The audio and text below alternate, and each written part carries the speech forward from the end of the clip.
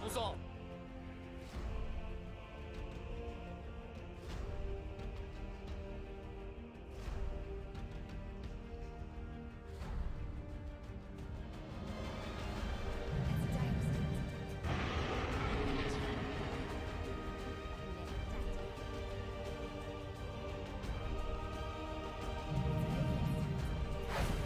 Face the light!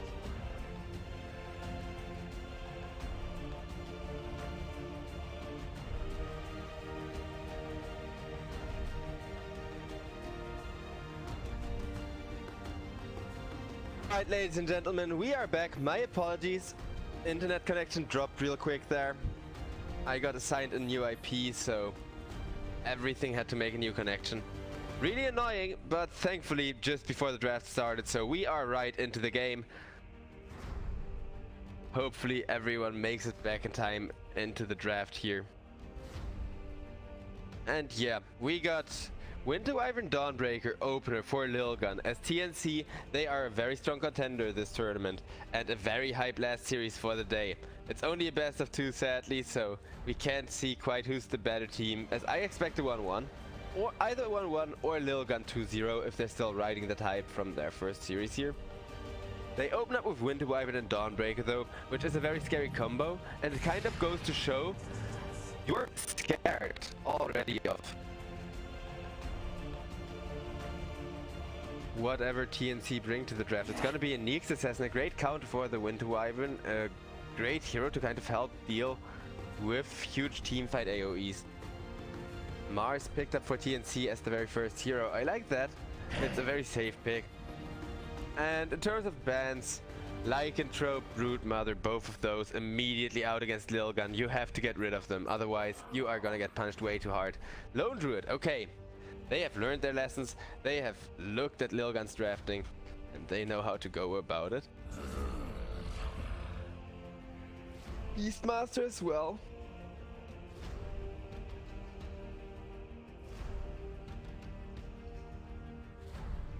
All of the good push heroes and fun position ones are gone now. Hopefully stream is working and everything should be good.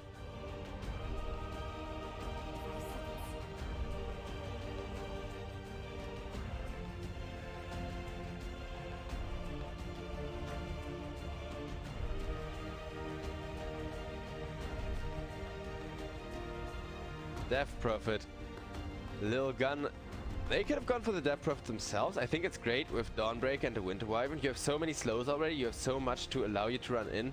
But they kind of do need stuns. So stuff like the Beastmaster and that Lone Druid, that punishes them so much harder. Since the lockdown they offer is just incredible.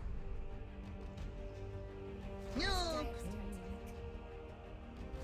Okay, I know I'm black screening whenever I alt tab. Or half of the time anyhow. I just had to check if everything goes right again because of stream delay and such. But we have been reconnected successfully and you guys should be able to watch the draft unfold. As hopefully we do see Lilgun pick up something a little interesting. I've mentioned them liking Elu heroes, I've mentioned them liking heroes like Nature's Prophet, the mid-game push heroes. There's something Lilgun can do a lot with.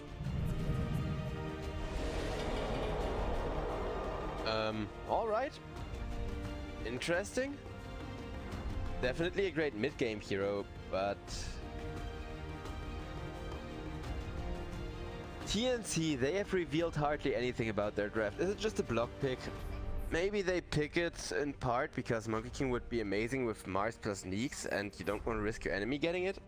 So you ban the 2 heroes you definitely need to ban and then get rid of the Monkey King. Because you kind of can play that yourself in the one.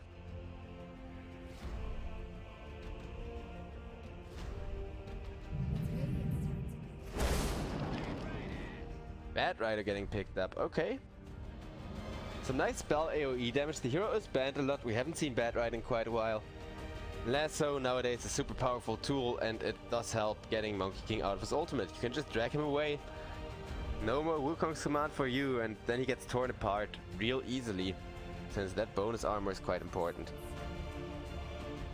Now TNC Predator, they need physical damage. They want some good stuns, I guess. If it's a core Bat Rider, Venge.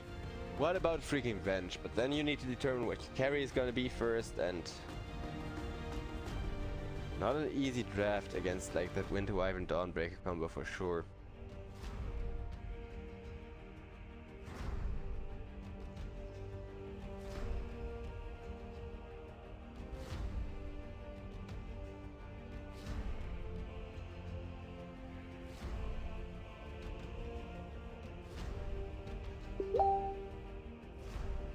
TNC Predator. Everything is alright with the lobby, yeah.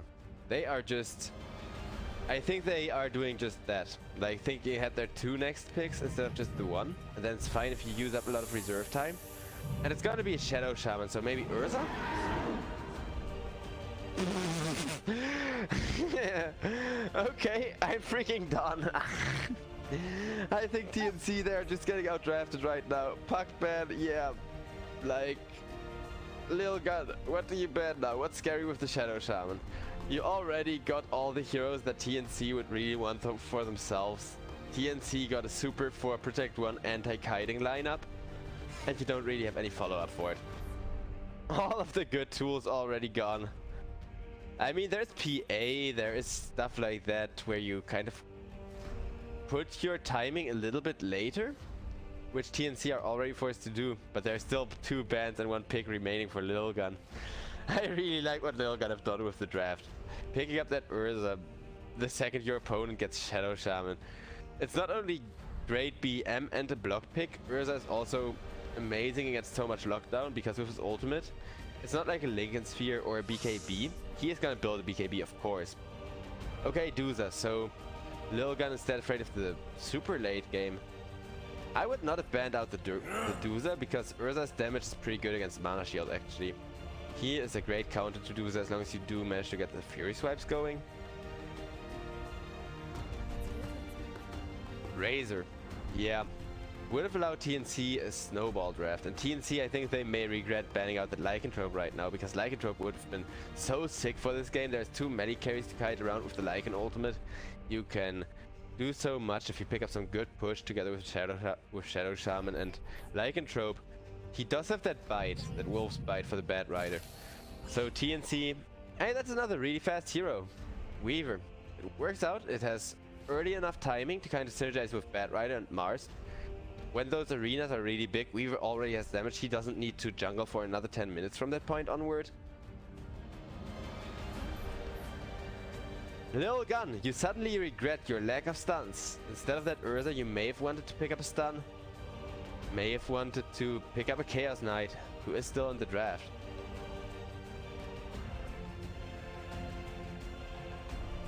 Now what catch do you get for Weaver? How do you lane this anyhow? Are those your 3 cores and you pick up a support? If so, a Lion would be nice. Lionize me, lots of lockdown. Silencer would be a potential pick.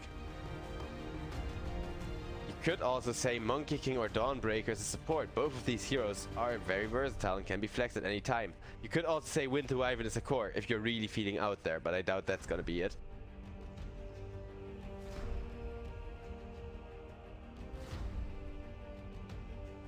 "20 seconds, and it's only the first game of a best of 2 series. Oh, what a way to finish the day. I'm really happy and blessed I get to cast this. Moon Studio, it may be chaotic Dota, and I know it makes betters really salty, not to know what to expect, but I really love it from a pure Dota perspective. Queen of Pain, last pick. Lil Gun, okay. I'm not sure I favor Lil Gun anymore, honestly. They seem kind of light on the stuns. They need to make those Winter Wyvern ultimate count. If they can hit every Winter's Curse in the game, it's gonna be easy, but it's still not gonna be easy to hit every single one of those. And even if you do, there could be ways to prevent the Winter's Curse from being all that devastating too. Good save potential from TNC, Neeks, and Shadow Shaman. You can hex people, you can... Like, Winter Wyvern, if she wants to hit into the Winter's Curse, that's just not allowed this game. If Neeks gets a Carpus off and then gets hit by like Ice Shards or something, you are suddenly in a very bad spot after the curses. That's something to consider too. But Queen of Pain has very nice setup with both 11 on the Dawnbreaker and Winter Wyvern, as well as Monkey King. The AoE stuns for the Queen of Pain ultimates are there. I just would have favored more AoE stuns rather than AoE damage. But I think Lilgun, they definitely do know what they're doing and are gonna give TNC Predator a run for their money here. If this Weaver snowballs, like if TNC Predator win this, I see them winning by having their Weaver go like 5-0, 6-0, and then just not slowing down from the early game lead. If the Weaver doesn't get fed, if Weaver goes 0-2 after train feeding or whatever, it would suddenly be very hard.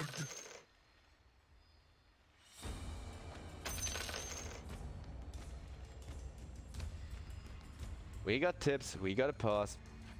Aight, Neeks Assassin, hopefully his ping is fixed. Chill, baby.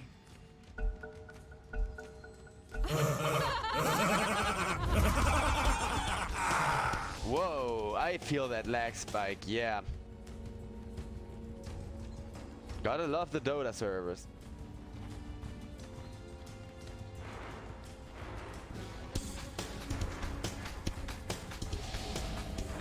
And that is server-based lag. If you see a hero walking at like their normal animation speed and it's not looking like they're animation canceling, then that lag is coming from the server. If it's internet-based package loss, then it looks like heroes are animation canceling, and since the last patch they like get dragged around then, just a little bit behind their circle. My thanks will come later, when you least expect it. You thought you had me, didn't you? You thought you had me, didn't you? Chill, baby.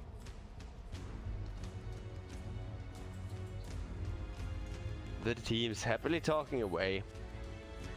I think they're gonna be pretty pleased with this matchup and with meeting here in the qualifier stage already. Should be a fair, interesting game where both stand a good shot.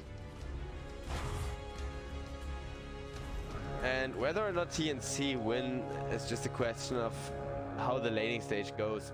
I do not want to bet on the laning stage until things have happened at least a little bit. A loss so small, the world will hardly notice. The pattern is complete! So Chris on the mid lane, laning up against Sanctity on the Queen of Pain. I think Queen of Pain is still gonna have her favorite lane. Shadow Strike's just too good. And it is a Monkey King support, which I do like. That is the most effective way for Lilgun to use this Monkey King. You are supposed to run people down with the Urza. Just gotta make sure we don't have black screen here. No, we do not. And I know Dota then just goes into like 1 frame per second mode. Which, if I shut it off, then we get black screen all the time. Since there is no OBS support for my current driver, or the driver before that.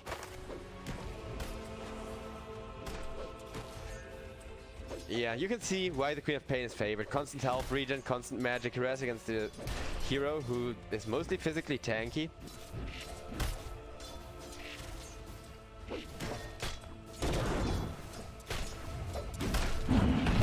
Sanctity, if he gets speared, he may be in a bunch of trouble. Queen of Pain is super squishy. But as long as no supports rotate over, I don't think we need to look at the mid lane. Over on bottom, Weaver is probably set to have a good game, even with Monkey King specifically being made a support to help out with dealing with this combo. Neeks has not the strongest lane supports, thankfully, but he can prevent 9 out of 10 times that you would have otherwise killed the Weaver for stepping out of position, so Asta able to just farm, sit back and relax. Nothing better than a safe laner who can get free farm. And as for the Urza, he's out farming the Weaver by quite a bit. Since he hasn't just started free farming, he's been doing that all lane and is now only stopping the free part of the farm Still having a good lane, it's just the napalm hurts. And it looks like they are going to try for a flame break. Play so much damage, but he does have a full stick. So small, It's just gonna heal up, ask for a high five. That bad ride is fine. That did cost him all of his health and he has to get solved up. I hope that was his solve. Yeah, I think so.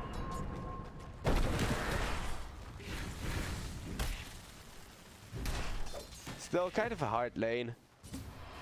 Both of the safe laners just being allowed to free farm unless there's gank rotations. Weaver and Urza now racing for those last hits.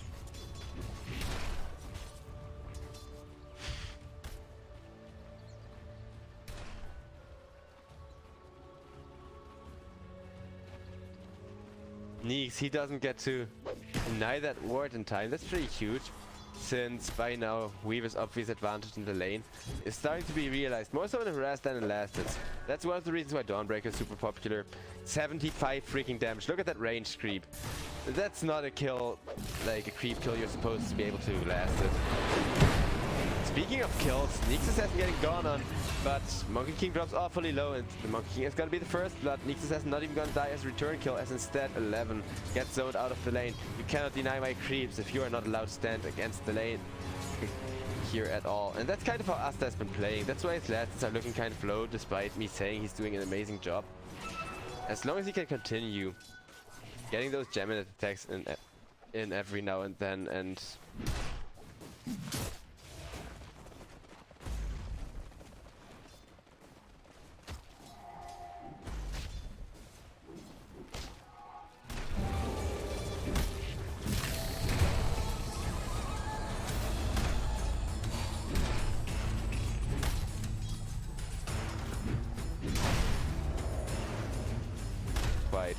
yeah, no, it's only level 1. Suicide into the tower still means Weaver gets the gold. Not worth it, man. Really not worth it. This is one of the few scenarios where you should have taken this walk, and I know you don't do that anymore and you just sacrifice the kills, but not if a Weaver, who the entire game plan for TNC rests on, gets the gold. He has that super early Falcon Blade. He's even gonna go boots now. He's like, okay, the most unnecessary crutch luxury item, boots. No, not only on a Weaver. If you build boots, you're just a noob. Take it from me. I'm joking, of course. Do not farm reports that way. But Weavers can get away without building boots, and you usually don't build them unless you have a good lane. Switching over to the net worth, you can see what I mean. I know, a bit of an early switch, but look at that huge ass difference. Lowest last hits Weaver, sitting on top of net worth comfortably, with the second highest person in net worth being the Dawnbreaker, who isn't going to be able to lane against him that much longer. Looking over at the mid lane, both of them are actually relatively poor.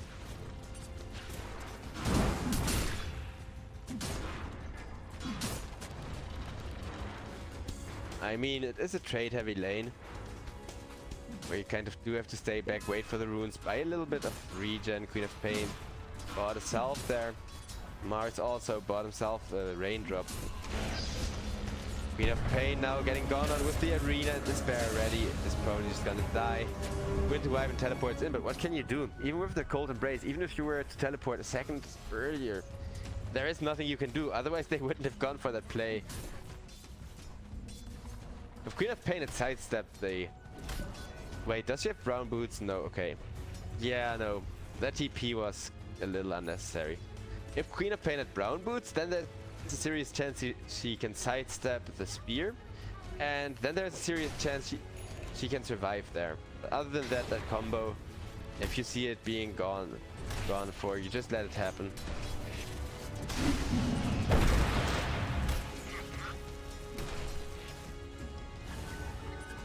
What's going on elsewhere? Bat and Urza not having the most exciting lane.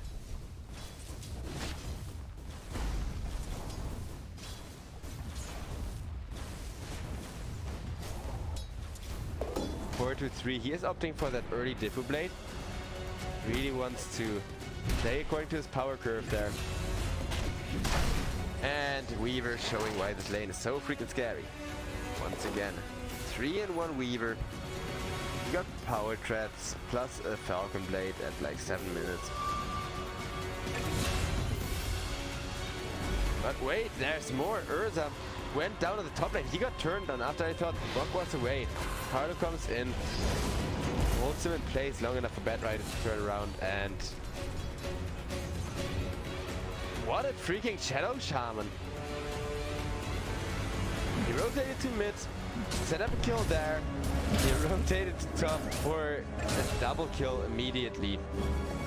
And what can you do against this Mars now?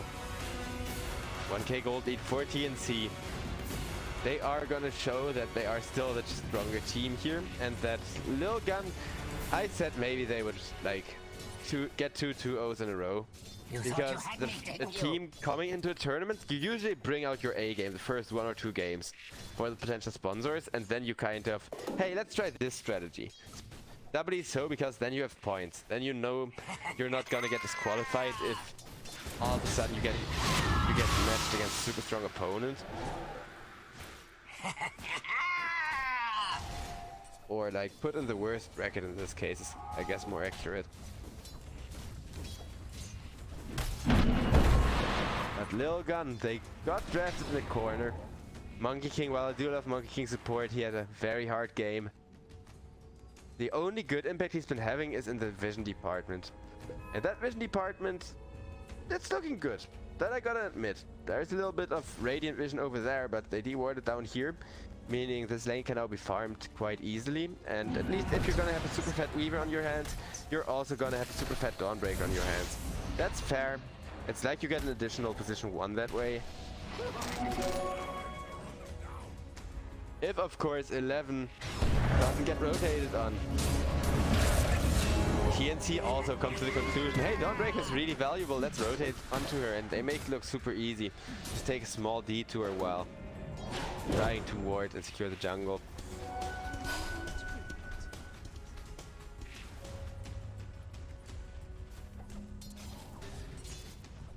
And we're looking at one of the best Maelstrom timings in the tournament, ladies and gentlemen. Asta gonna get that thing at around the 12-minute mark, if I had to guess. As they shut him down with like really big gank rotations. Speaking of really big gank rotations, in comes the Dawnbreaker. Nice instant spear back, but Carlo still gets punished for enabling all of those great plays on the course. He, however, didn't take too many kills. None at all, so not the most valuable one to go for. If you want to put a dent in TNC's net worth, kill Weaver, kill Weaver, kill Weaver some more, and maybe kill Mars. That's about the game plan. Or you take stacks. That's, of course, 2 is huge, even with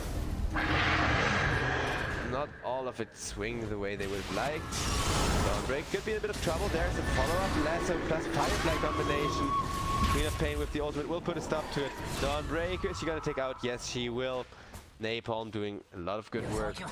That is the most valuable hero for Lil Gun going down there. And TNC, they will try and maintain their lead, but now Queen of Pain gets caught with the snakes, and they have to commit the arena as a follow-up just to make sure she's dead. But hey, they do get the kill. Weaver cannot dive any further for the Winter Wyvern, just yet that is, because him contributing to that fight and getting a ton of gold to that fight still means a huge freaking edge for TNC. Although it is impressive that TNC, such a strong team, they get to trade evenly. Like, you have to get a team fight win by trading 2-4-2 against tricking Lil Gun, despite Lil Gun not having the best of drafts. And Urza's stacks, they aren't gonna be stolen. He's just gonna comfortably farm those. But now Bad is gonna secure the engines. Does Lil Gun know of the value lurking in that triangle? What's his blink timing? Oh, okay. Drums? Fair? I would have liked the blink rush. But hey, if you're just gonna make space for your Weaver, and Weaver then still swings into the team fight to secure the kills, I guess it kind of does make sense not to build too greedy.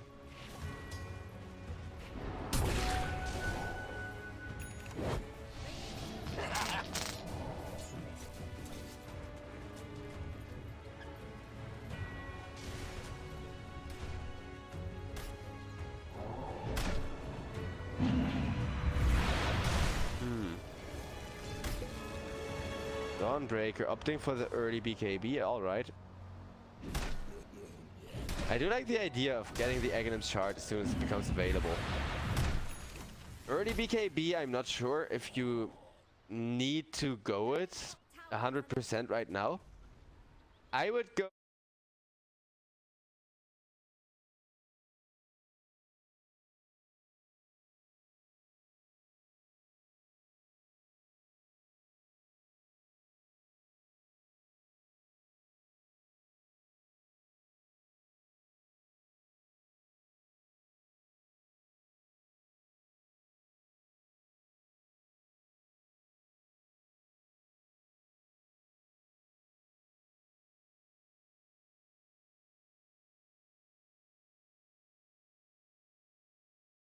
the Monkey King. Neeks Assassin dies with Wrath. You thought you had Oh, me, that's a didn't huge you? kill though. I have no idea what Urza was doing bottom, but how it ended was Weaver dived him and managed to get himself out.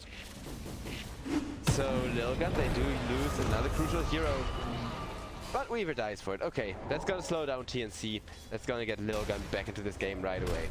You cannot wait with the return kill on the Weaver just there.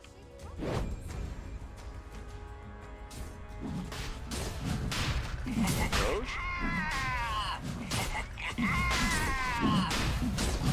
Gets contested here, Shadow Shaman.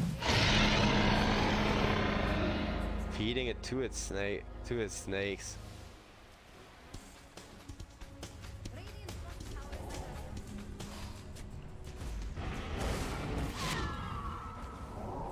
Snakes having 50% damage penalty to heroes, it still feels so weird. But despite that, Shadow Shaman, one of the most popular heroes we've seen lately. Mars!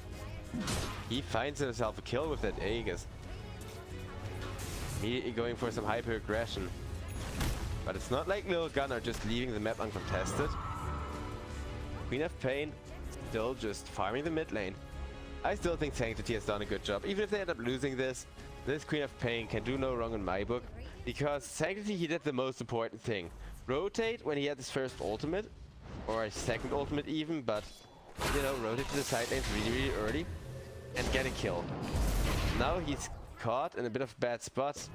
But Monkey King teleporting in will save him. And that's the nice thing about Monkey King support. If you do teleport in under a tower, or when the enemy is running into you, then it's really great that you can like disengage so powerfully. An AoE stun that will stun like 2 or 3 people under a tower followed by a slow. You don't die to Monkey King's damage, you die to the tower hits. And it will definitely give Queen of Pain time to cast ultimate. So you cannot fight into this super low net worth Monkey who's been feeding the early laning stage and since trying to recover. See why it's scary? That's what I mean. Now you're stuck for ages under this tower. Queen of Pain, she is stuck for ages in a bunch of snake wards that you have to destroy quickly now. Mavis goes down, as will Carlo to the Urza. TNC end up losing that fight. Everybody reacted in perfect coordination, played it 100% by the book. This is how I like my Dota. Queen of Pain runs into an unlucky spear. Imagine that, you're gonna go shopping, get some groceries, you turn around the corner. Whoops, there's a spear going through you. Not a fortunate end. TNC, they will hold on to their advantage, especially because Weaver does nothing but farm. His timing hasn't been reached for another 5 to 10 minutes, and then in 5 to 10 minutes we're gonna see him pop off hard.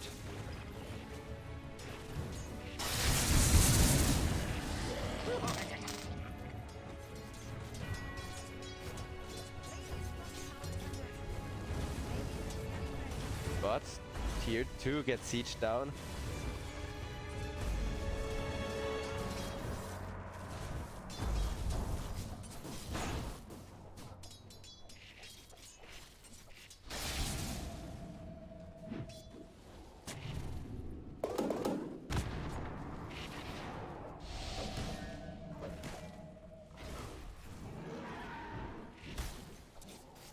$2k gold lead now for TNC.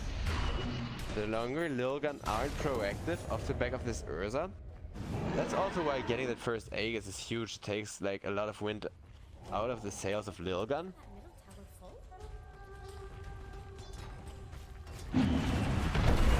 Dawnbreaker. Ooh. Okay, 11. I take back my words.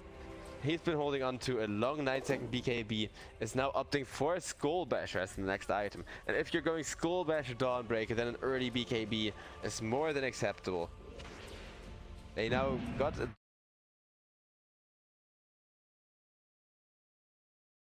With 4 people swooping in on that mid lane. 11 got a bad feeling about that. It's just gonna flee under his ward. And now could be in a lot of trouble. Presses the BKB in time though. Lasso quite a little bit longer than the hammer, so gonna be awkward getting out, but Dawnbreaker is out for now. Weaver, similar situation. He is super hard to go on due to the huge gold lead he has. And instead, Queen of Pain, oh no, Mars has made her life miserable all game in exchange for her having the lane advantage. Down goes the Monkey King, and down goes Sanctity next. Nope, not quite. Ooh. Ooh, that was so freaking close. I thought he had like one more napalm stack or something there. He would have been dead for sure. Only 2 napalm though, so Queen of Pain is to survive. Urza not so lucky. In comes the Dawnbreaker ultimate.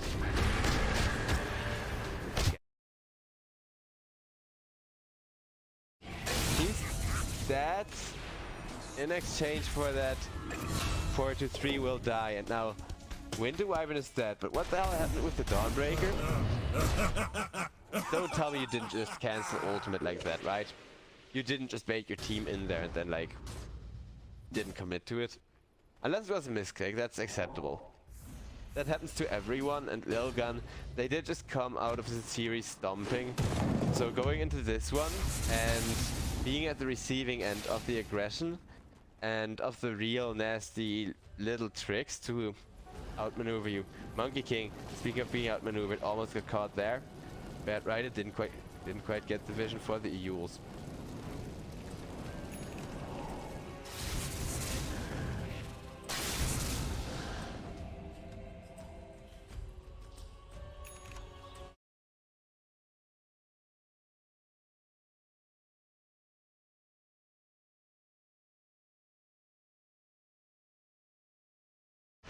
Okay, that could be interesting. That could mean that TNC may end up committing to a bad fight, but they will catch the Dawnbreaker out instead. Will just destroy her. The second position one from Lil'Gan is gonna get wrecked. Riggedy wrecked.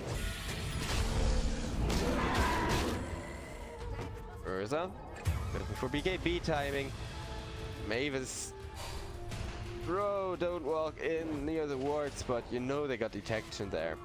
I get that he tried to set something up, but they were overeager, went in too soon. You thought you had me, didn't you? 4k gold lead for the side of TNC now, as they are getting more established. Bad Rider getting baited by the Monkey King, just trying to create space. Beautiful impact from the Monkey King, I gotta say. Kishka, he's done well for himself. He has done so freaking well for himself. Like, I flamed him a while earlier, and the laning stage was horrible for the Monkey King support. It's not the strongest laner anyhow. But he did manage to come back quite a little bit. He's got himself a whole Orb of Corrosion, Sage's Mask. He's straight up not building boots and looking towards a lot of Atos now, which he seems to be quite close to, judging from the quick buy. Yeah, look at that. Monkey finally has a health pool. Finally no longer the victim of every fight. Neek's assassin is instead apparently, since Urza hit so incredibly freaking hard. Dawnbreaker chasing. Monkey ultimate gets thrown out. But with the arena behind the Monkey ultimate, that means neither of the teams get anything out of their huge respective ultimates. Mars, nice save against the spin. Urza still hurts like hell. Bad Rider now in a bit of an awkward spot. Will he manage to teleport out? Nope. Monkey King support coming in handy once again. Ice dies in exchange for that. But I don't know. I think Weaver is still too strong. Right now it's looking TNC favored, since they weren't able to shut down the Weaver sufficiently. Every other hero is dying, but think of it as 4 Protect 1. And this 4 Protect 1 Dota still being played well enough by TNC, even if they get caught out every now and then, even if they aren't quite immortal and would like to stomp a little bit harder. Monkey King, he realized just how strong Weaver has become. He realized that the very hard and painful way. Weaver opting for an Orchid, interesting choice. But silence against Queen of Pain, silence against Monkey King, silence against Winter Wyvern. Sounds like a must-have to me. Especially since it's also decent against the Urza. Like the crits of a Bloodthorn later down the line are a fair counter to the Urza ultimate. Queen of Pain. She gets locked down and gets killed off. And just to clarify before chat mistakes what I mean with like countering Urza with an Orchid. You press the Bloodthorn, especially later when he has Aghanims ready. You use Bloodthorn to force an enrage. Then you just reset and go in after when you know Urza doesn't have enrage. Asta, he wants to go in on that Winter Wyvern. Not the easiest spot to do so. Ace trying to go for a TP out. How much damage did he take from one hit there? I think that was pretty significant. But he does manage to live.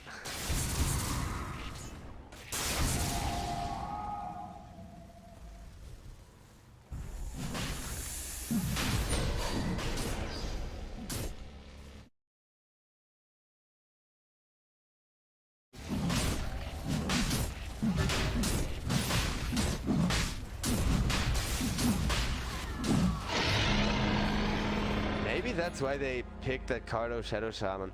They were afraid of Urza getting Roche and like getting the tempo swing in the way of Lilgun by killing off the Roche a couple of times. The first 2 times or 3 times to be precise. So they get themselves Shadow Shaman, and now every Roche belong to TNC.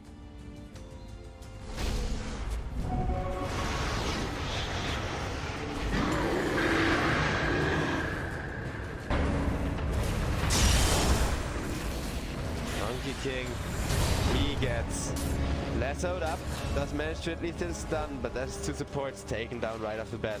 Can you fight without supports? I don't think so. Lilgun, they have to get out of there. Weaver, with a 2nd life on him. Too freaking scary, now has that Eye of Skadi finished. Meanwhile on mid, Queen of Pain almost, all freaking most. The spike was even a little longer where the Queen of Pain just stood, meaning it would have connected. Like, while the spike was spawning.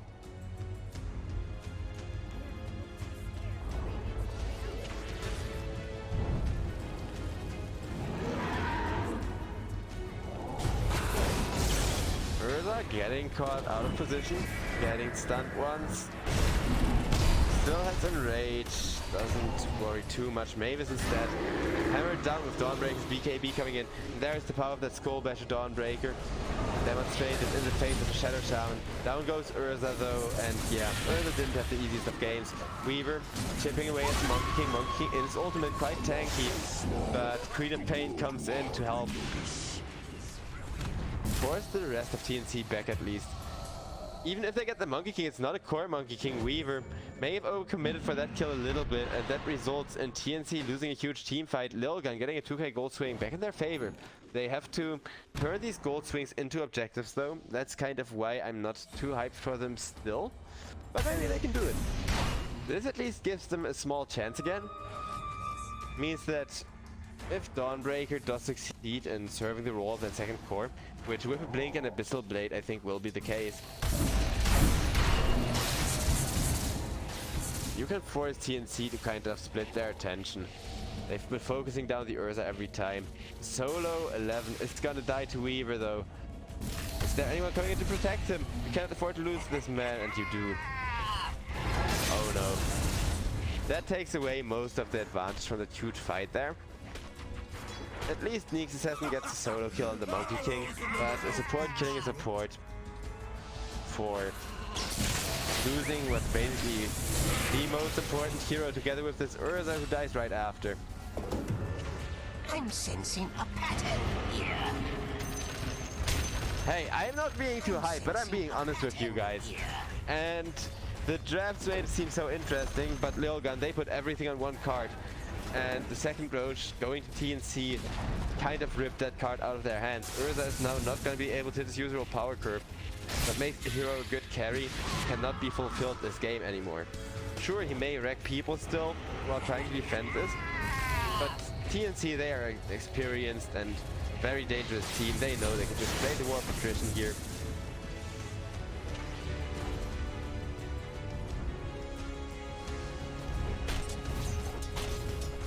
$10k gold lead for TNC. The Weaver is about fully online. He's gonna buy a Daedalus soon and then they're gonna try to finish the game, I think.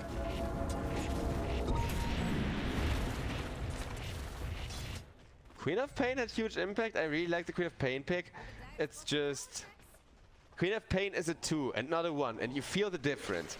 Like, it's a cooldown dependent magical nuke. You can't do anything against BKBs, you can't do anything. Well, you do have an ultimate against BKBs. That's why they picked her over like an AoE stunner. And they may be regretting that now on the side of Lilgun. Still, Queen of Pain, you're timing dependent to fight, and you need an Urza or a Dawnbreaker to run in for you to create you that space to be able to do your job in a team fight. And that means even with the best of games, Queen of Pain couldn't have come back, and that's why Dawnbreaker got so much focus as an additional core. And is now starting to look like such a threat.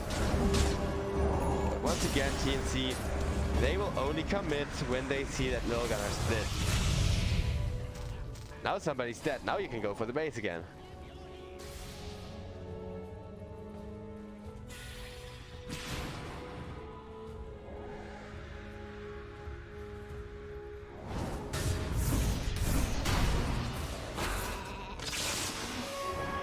Leaks Assassin. Caught by the Dawnbreaker, but it's gonna be just fine. The backlines don't quite go to dare to no longer be the backlines there.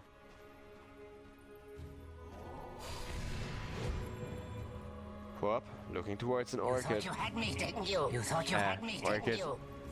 Blood for enemy. Get some crits going if she jumps supports like this.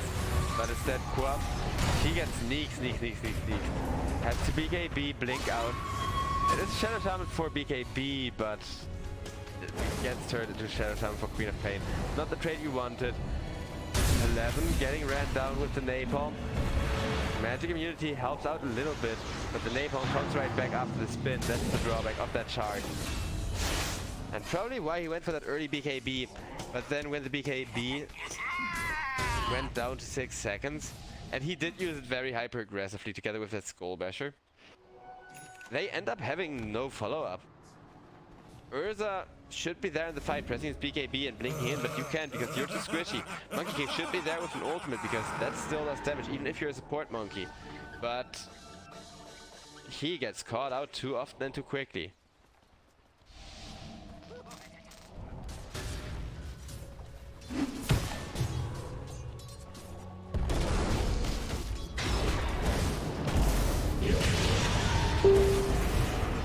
Monkey King burning quite low, and Mars comes to finish him off. Winter's Curse to try and save the teammate there, but it's not even worth for Monkey King support. Come on, what makes the support pick great is that Monkey King isn't worth crap. He doesn't even have boots. He's a ward and a free kill and a stun. And in team fights he offers a Wukong's command. That's how you play this guy. He has already carried one team fight with the Wukong's command, so he clearly knows that. But, you know.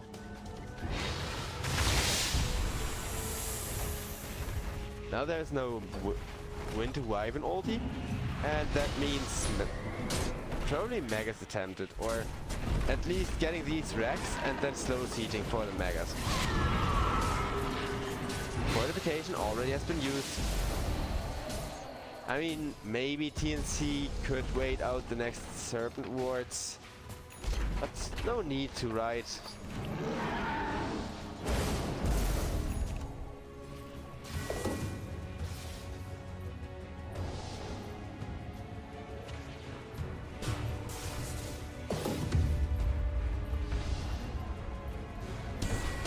let's see when Roche is gonna respawn.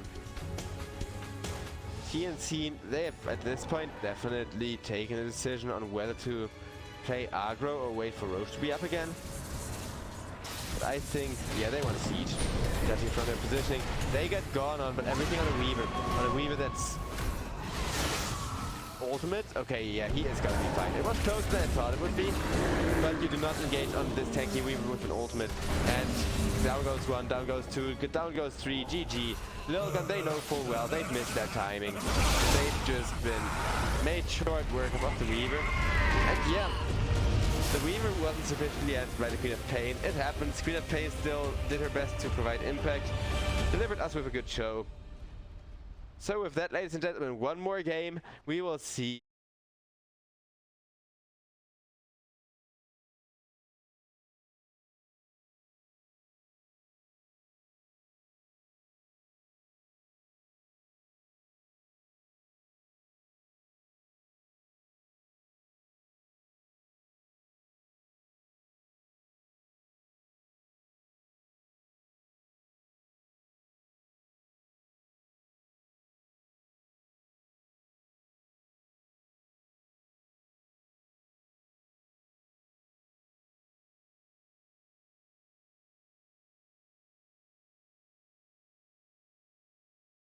guys in just a second.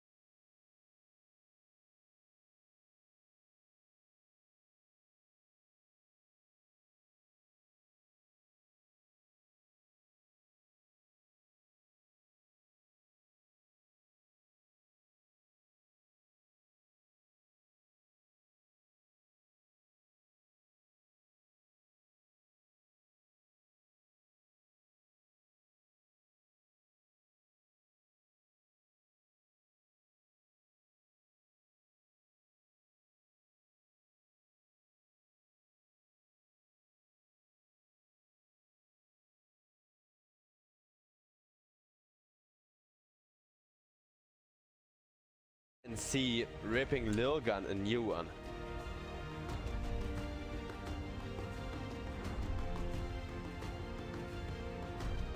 Lil Gun, they open up with a Tiny.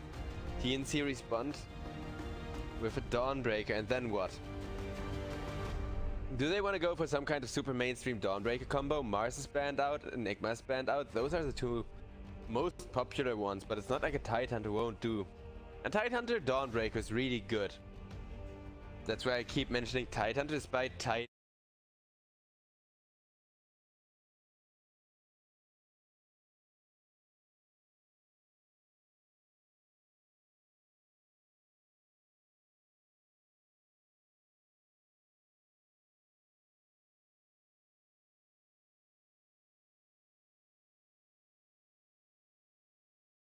Dawnbreaker combos. That TNC want to secure themselves a little bit of push. A great hero against anything that's like Beastmaster. That is creeps. Not gonna fly against this Encha. And with a Dawnbreaker, Encha can also turn into a Predator. Dawnbreaker is great to let you get a ton of impetus shots in for free.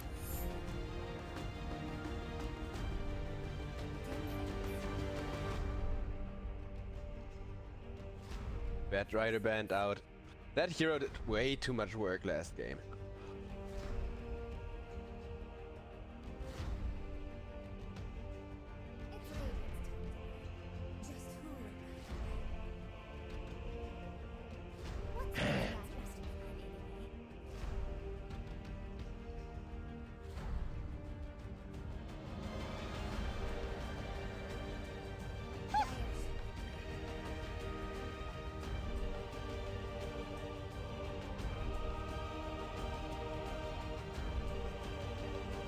Interesting. So the next couple of bans came out fast, with Lil Gun just banning the most popular meta heroes. Monkey King, Viper, usual. But what I find really interesting is a sniper ban. TNC Predator, they see this Timbersaw come out, they see this Tiny come out, and they think, hey, this looks like the type of draft you'd go for if you'd want to protect Sniper. And Lil Gun, they do play a really good Sniper, so maybe that is just one of their favorite heroes right now being taken out of a draft where it could actually work as a Sniper. Not the best of picks nowadays, but against Dawnbreaker and Ench and Death Prophet, he can actually work, because those heroes, I mean, other than Dawnbreaker, they do want to be at range to you. And even Dawnbreaker, she plays from a range most of the time, because if you initiate on somebody, you do so with the hammer and drag yourself towards them. You don't just like AoE or something. Alright, I had myself muted once again. I'm sorry, this headset has a really easy to hit mute button. This time I noticed it very early on, thankfully. But I was just talking about how interesting the sniper ban is. Sniper would have worked so well with a Tiny and a Timbersaw. And I think TNC Predator, they see a Tiny and a Timbersaw, and they're like, hey, Lil Gun, they are gonna pull out their favorite hero just now, the Sniper. Let's ban it instead. And one single ban just ruins this game, the next phase of this game here. Like, how do you draft the next two? What are you gonna pick that wants to be protected by two huge walls? Do you make the Tiny core instead? Lil Gun really caught off guard.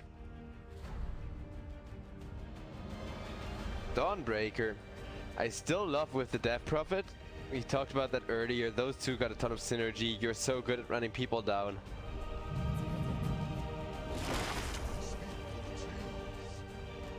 Lil Gun, okay, they get another hero they're super comfortable with. Last draft I mentioned how much they love the Nature's Prophet. This game they pick him up.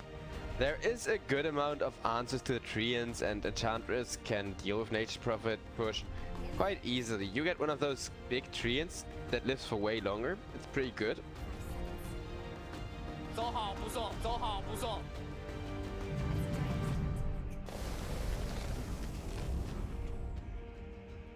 Lil Gun, they double down on the tower game. Okay, I think they wanted to go for a Sniper or Lone Druid draft. And both of those being banned out kind of ruins their entire game plan here. Like Tiny and Timbersaw, what do you do with the two of them? You're gonna go for a push strat now. Screw it, in your face Dota, brought to you by Lilgun Gaming. Beastmaster needs to be banned. Beastmaster needs to be banned. Beastmaster needs to be banned. TNC, they are very aware what to be afraid of. I think that's one of the reasons why Lilgun is looking so weak against an opponent of their own caliber. TNC has also been performing really well lately.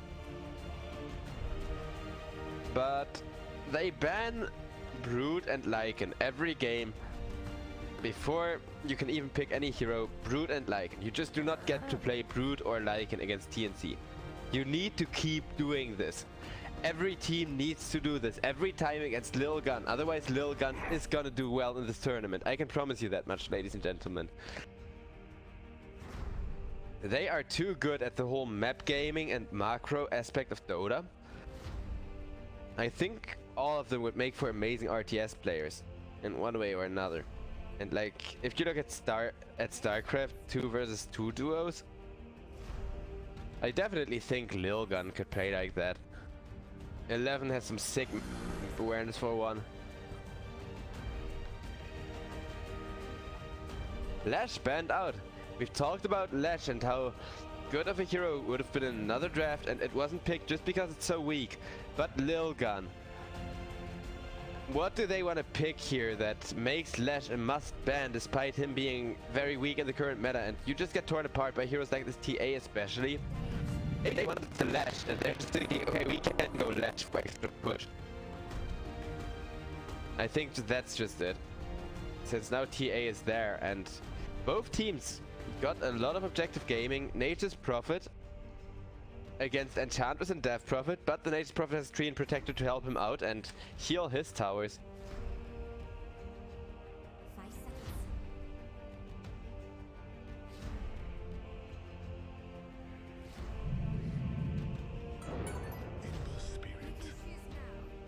Ember Spirit gets picked up by TNC. Oh boy, no.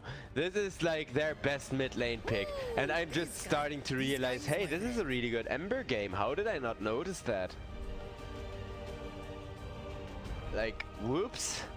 Whoops. Chris, he's really happy with his last pick. Mavis also, like, Death Prophet. I feel like Tree and Protector is gonna have trouble keeping all these towers alive. Let me put it like that. Looks like a 2-0 for TNC Predator instead, but Lilgun, at least they do have the level of push they're comfortable with. The level of push that they kind of hope for and expect going into a game. And as we got strategy time here, 10 seconds till we load in. Okay, that's fair.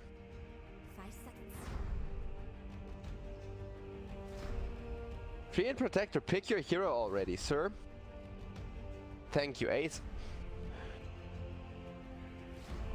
I like this strat for the last game of the day.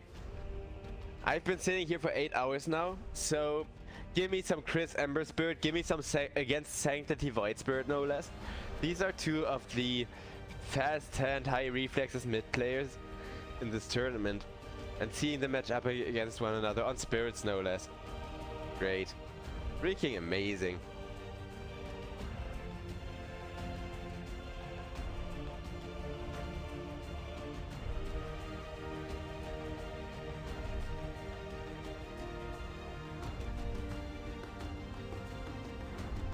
Carlo, if he did a super great job pushing and pressuring the map on that Shadow Shaman last game.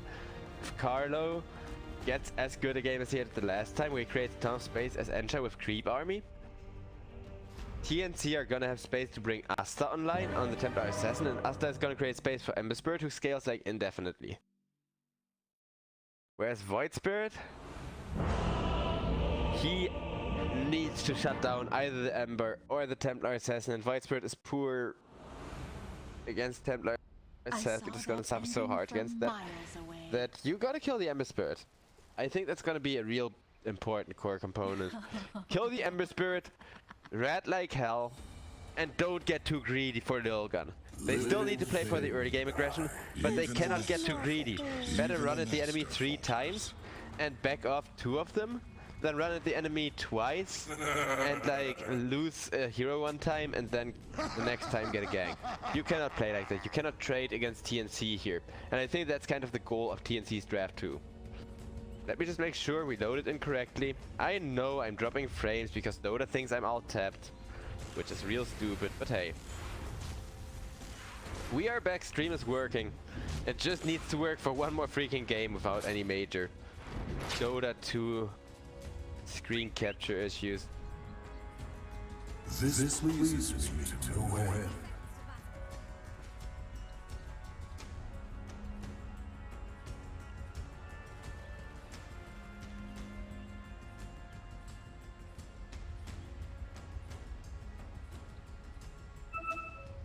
Literally no one at the bottom lane where Enchantress would like to go hunting early on. That's why you hold that skill point. All of TNC's first blood potential is at the bottom lane, finding absolutely nothing. While Lil Gun, they will run for the one hero they need to kill the most. Templar, freaking assassin. You cannot trade, but if you're already gonna get your bounty denied there, you can at least take the first blood. Alright, Lil Gun, they get one bounty in the first blood. Not that bad, not that great either. The bounty deny does really put a damper in the lead that they could have just had. And that goes to show why TNC are such a strong team. They get all of those details right. Both of these teams are capable of some very dangerous strategies and are well feared for a good reason. But TNC are so perfectionist. Even when feeding a first blood, they make sure their enemy doesn't get too much of a gold lead.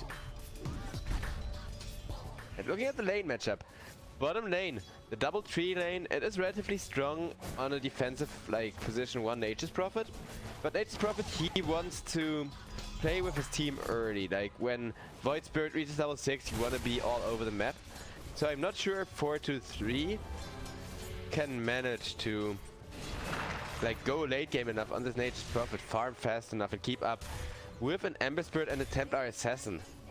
Safelane are a really good skill to farm jungle after all.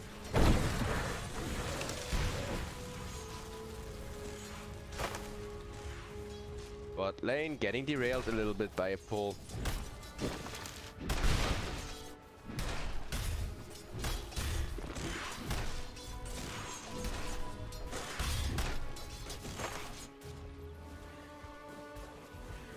TA got put on the bottom lane. That is interesting. I mean, nowadays this probably have a really good lane. Yeah, now they have an answer to refractions where the TA is at. Why would you put Asta bot lane? Why not just swap him with the Ember Spirit? You have an Ember Spirit who's perfectly fine in the position 1 in the safe lane. Not the opening I had hoped for from TNC. Void Spirit goes on down though. That's huge. Ember Spirit already has the advantage. I did say it was a free Ember game and Chris is playing that Ember. So you got a seasoned veteran on the Ember hero, wrecking people with his favorite hero, even if he were your average player. Imagine what he is gonna be capable of doing. Still, 1k gold lead going for the side of TNC. And switching over to the gold network, you can see that Templar Assassin threw all of her gold lead away, whereas Chris already way more fat than he has any right being. And how do you lane against this for Sanctity when your opponent is at this stage of the game like one item ahead of you? Apparently he thinks training is the way to go. I don't really agree, and maybe a gank from somebody like the Staff Prophet or like the Dawnbreaker, or even 2 ganks from both of these supports would be justified here. Still, as long as you keep Treant Protector with the Nature's Prophet against the TA, TA isn't farming. And that is accomplishing quite a lot for Lil Gun's position 1 to have a game here. They try to catch Asta once again. They know full well this TA, she is the big jackpot. And with the tree and protector, like I said, they have an excellent answer for her. Don't quite kill up Asta. And Ace now has to run for his life. But Enchantress knows she can't chase either with a creep. And it's always the kill you do not look at. As Kishka goes down in the meanwhile. On top lane, just to a quick Dawnbreaker combo. She gets the Soul Ring. She reveals the Soul Ring. She insta-kills the Tiny. What's more to say? Tree and Protect on the bot lane now. Getting ran down as well. It's gonna be fine. Nature's Prophet. In this lane not working as expected, but at least he is kind of holding a better net worth than the Templar Assassin. And he is still able to keep the Templar Assassin away from the lane most of the time. What a weird game. Both of these teams kind of do their own thing, and the combination makes for a very interesting lane rotation and just in general a crazy way of playing Dota. Asta. You just sacrifice this Templar Assassin's game like this. Even if he lives here, it's not about the death, it's about the farm you're missing. It's about the regen you have to buy, it's about Nature's Prophet being able to stand in lane. Tree and Protector isn't though, that's good. Okay, they finally get what they need as Nature's Prophet gets a 100 gold full heal. Way too broken, that hero.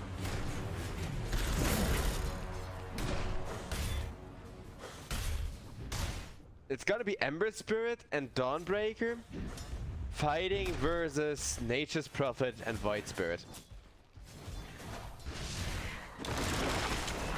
Well, maybe even Timbersaw and Void Spirit. Nature's Prophet is now falling behind with how much they have to commit on this Templar Assassin to keep her from farming. I definitely didn't expect Templar Assassin to just get sacrificed to ruin Nature's Prophet game. And the worst part is it's kind of ruining Nature's Prophet's game the longer they try to go on Templar Assassin and try to harass her out of the lane and then don't get the kill while committing for a kill in terms of the resources spent. That is not how you're supposed to win your lane anymore. And maybe this is some 4D chess. Maybe you put Templar Assassin in a losing lane so the enemy is so busy winning their lane they forget to farm and overcommit twice in a row. Timbersaw. This too would be a huge overcommitment if they don't get him, but with how much magical damage there is. Quite a guaranteed kill. And finally Asta does go on down. No more 4D chess, no more mind games. What are you gonna do against a tri-lane? Hard TA? Absolutely nothing.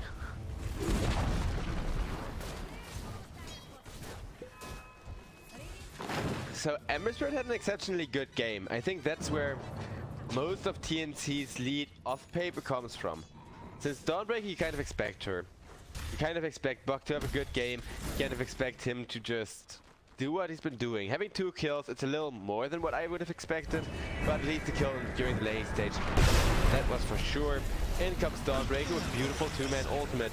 One of those 2 men is going to be the Nature's Prophet, getting his game even more ruined.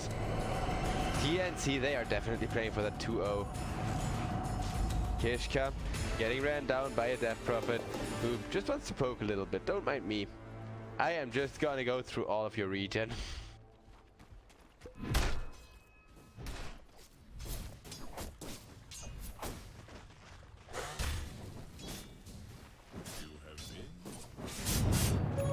The Spirit still matching up in lane, knowing full well that either one of these Spirits getting too far ahead of the other could spell disaster. And that's a disaster I already see written in the clouds for Lil Gun here, as Ember Spirit is over half a K ahead. On his brother Void Spirit tries to alleviate that issue with a gank on top. Nature's Prophet, my friend, you tried to play Red Dota against an Ember Spirit. This sort of behavior will not be allowed. You are gonna die. Lil Gun, it seems like TNC read them like a book here. And I did say hopefully they're not going to be drafted into a corner again. Their draft looked better, but from the looks of it, not quite good enough. They do at least get a Death Prophet, so 2k gold lead at 8 minutes is huge.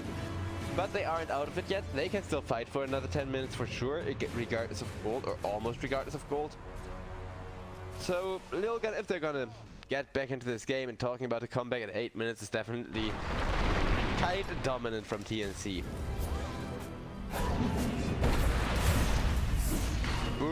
Tiny, down he goes.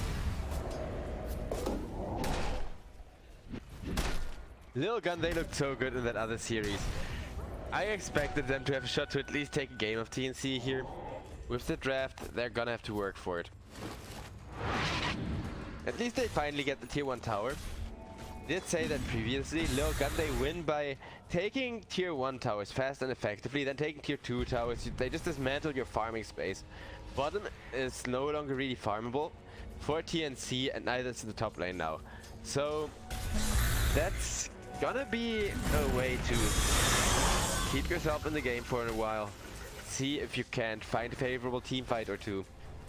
And if you do find those one or two favorable team fights, man, I am getting tired a little. 8 hours is a long day if all your breaks are 5 minutes, and chat gets impatient if you don't talk the second the draft started. Ace. With the remnants not even being used, he still goes down. Dawnbreaker ulting in on Kishka. They want this Tiny. Can they get it? Buck, you no longer have mana for a spin, but TA has a trap nearby. There's the Spirit Siphon, tossed back though. Kishka creating a ton of space. This is why people run Tiny as support. This much effort for just the support is not worth from TNC. And while it is another very good kill to have, like, one of the two important heroes is gonna get it for sure. It still wasn't the most productive thing for the Desolate timing on the Templar Assassin. I like it how both of these teams are actually giving each other a lot of work, despite TNC kind of being the better drafters from the looks of it. And the draft is hugely important in Dota for those who didn't know.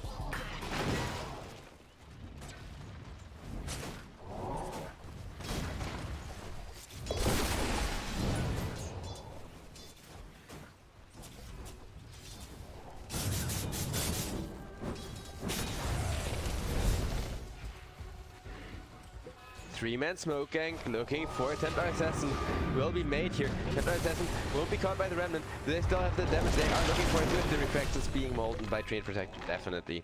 Treant Protector ultimate had to get committed where they really didn't want to use it. Could have otherwise teleported him to the mid lane, set up a really big team fight with that. But hey, Templar Assassin is down, you finally slow down TNC's amazing network lead. Now you just need to kill this Ember quickly. He is 4-0. Well, 3-0, but 4-0. That Prophet. Drop to a tree from Tiny. Chris, he's unafraid of going 2v1. Makes Prophet barely manages to teleport out before the hammer lands at his previous location. Ember Spirit still got a good deal of mana. Still got Slayer Fists to spam in. But Void Spirit is also a scary hero. Both of these spirits, like we mentioned, are scary. Treant Protector getting dived for. Kishka, meanwhile, exposed himself to a combo from Dawn. And yeah, usually I do miss those Dawnbreaker turnarounds because they're so hard to catch on camera early on. But Dawnbreaker's turnaround potential is huge. With that TNC, after losing their TA, they punish Lil Gun incredibly hard for that. When Asta gets Desolator, I think they are gonna start playing the front line, start gonna push. Whereas it's actually Lil Gun that are kind of gonna fall off. Although with a Void Spirit, it's not gonna be as bad as that sounds here. Nature's Prophet keeps dying, then it may get worse with every time he goes down though. He's the bottom of the course already. And no matter how much he tries to use his inherent farm advantage to catch back up, they don't allow for that with Chris. Yeah, it's just such a good Ember Spirit game, and Ember Spirit is already such a good hero, what can I say? That's what all the analysis of this game boils down to. And sometimes Dota is simple like that. Sometimes you see some real next level plays. But even at the majors, the analysts, they usually talk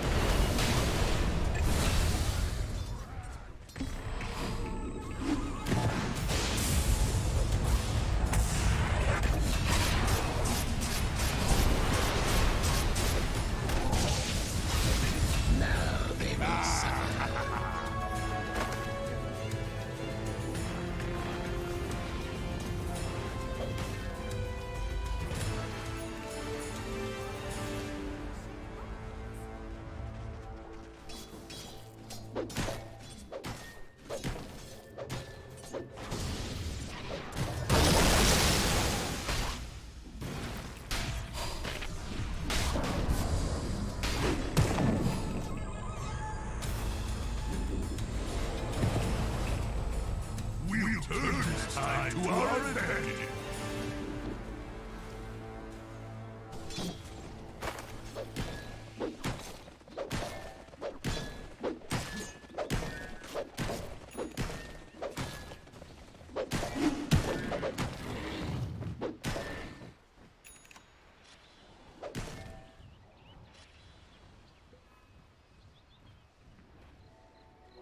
Even I like a good battle.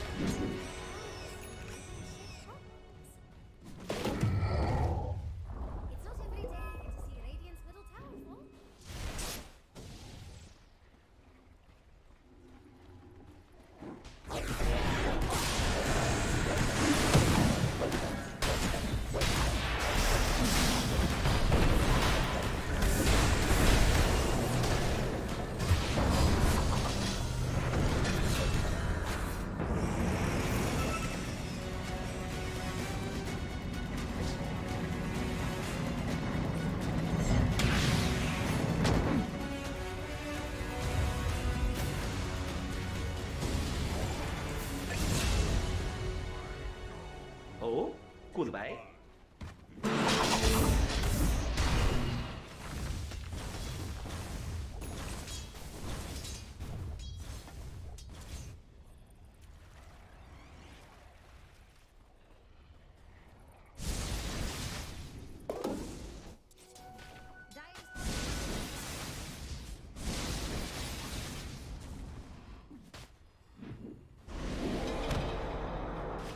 Dire's top tower has some radiant